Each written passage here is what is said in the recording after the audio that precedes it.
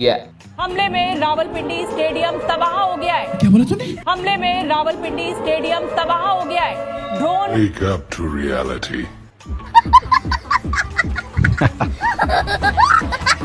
रावलपिंडी में मैच शुरू चलिए हो गया। दोस्तों, आज की इस वीडियो में हेलो, मैं हूं रशीद। इस वीडियो के अंदर हम देखेंगे कि इंडियन मीडिया ने क्या क्या ब्लंडर्स और क्या क्या बकवास पेली थी वॉर के टाइम पर, और हम एक और वीडियो देखने वाले हैं, Indian media funny and fake reporting during India versus Pakistan war. So let's go. आज भगवान से प्रार्थना करता हूं कि आसिम मुनीर हमारे मिलिट्री टारगेट्स पर हमला करे। पाकिस्तान ने भारत पर ही हमला करना शुरू कर दिया। दोस्तों, इंडियन मीडिया का कोई हाल नहीं है। मतलब जिस तरह हम दिन में 5 टाइम नमाज पढ़ते हैं, वैसे ये लोग 5 टाइम झूठ बोलते हैं। पाकिस्तान का ब्लंडर, पाकिस्तान ने अपने ही फाइटर प्लेन को मार गिराया। अपने ही फाइटर प्लेन को गिराया, और साथ में इनकी बोंगियां देखकर किसी भी इंसान की हंसी निकल जाती है। हमले में रावलपिंडी स्टेडियम तबाह हो गया है। क्या बोला तूने? हमले में रावलपिंडी स्टेडियम तबाह हो गया है। Drone Wake up to reality. Rawalpindi में मैच शुरू चलिए हो गया। दोस्तों, आज की इस वीडियो में हम आपको इंडिया के गोदी मीडिया के कुछ फनी और मज़ाहिर बोंगियां दिखाने वाले हैं। हिंदुस्तान का कोई यार है, कतार है, कतार।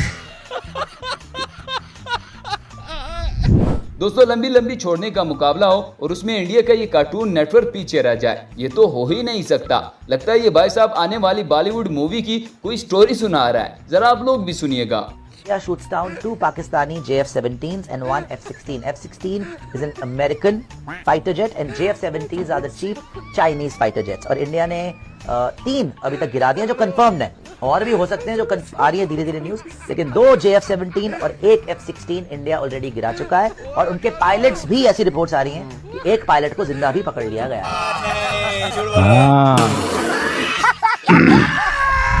दोस्तों, हमने इंडिया के राफेल क्या गिरा दिए, फ्रांस तो मोदी से नाराज ही हो गया है। यहाँ पर भी फ्रांस के सदर मोदी को ऐसे इग्नोर कर रहे हैं जैसे हम भिखारी को अक्सर इग्नोर कर देते हैं। और अभी तो रुको, क्लाइमैक्स अभी बाकी है।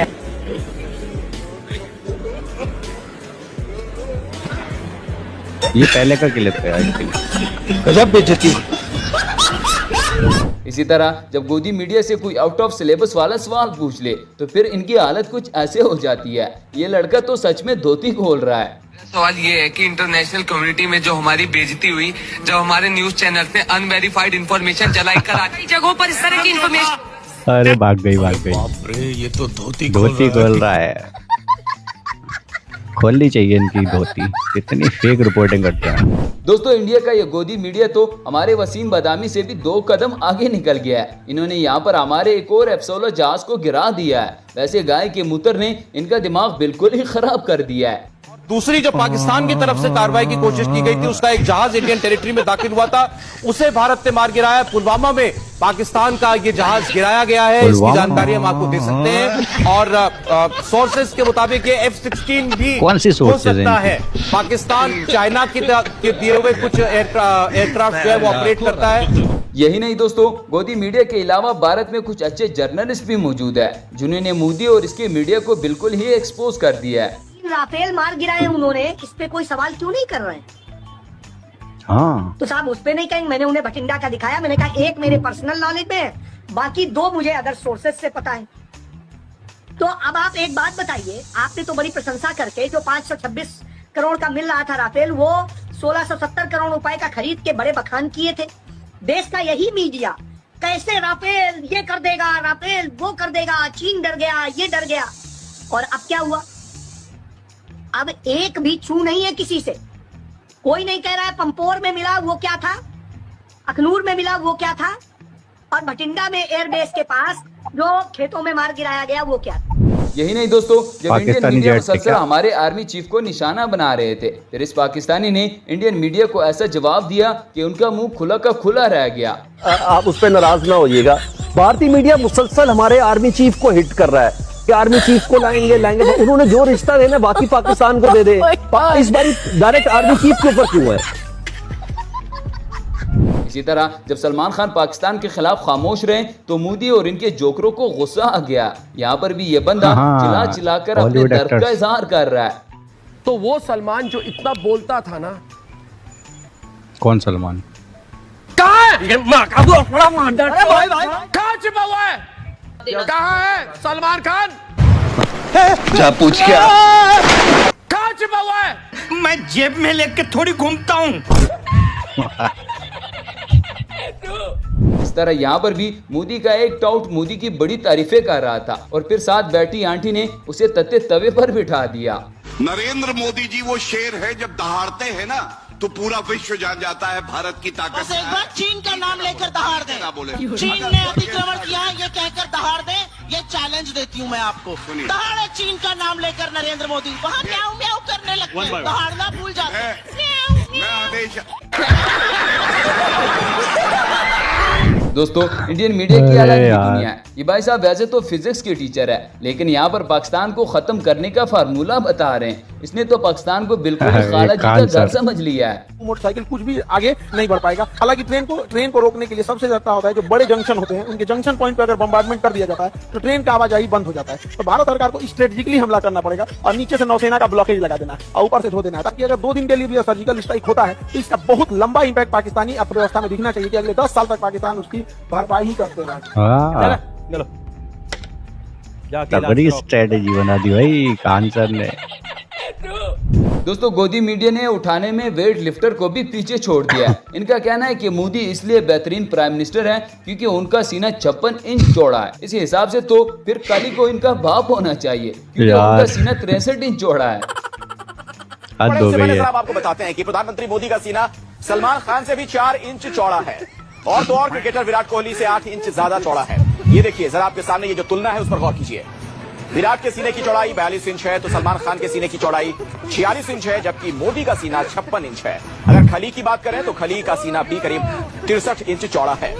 इसी तरह यहाँ पर भी इंडिया का ये गोदी मीडिया अपनी फिल्म चलाकर बैठ गए। इन्होंने हमारे वजीर आजम और आर्मी चीफ को गायब कर दिया है। ब्रेकिंग न्यूज सामने आ चुकी है। शहबाज शरीफ पर सबसे बड़ी खबर, और खबर यह कि शहबाज शरीफ अब बंकर की शरण में जा चुके हैं। कब हो गया ये? कब हुआ कब?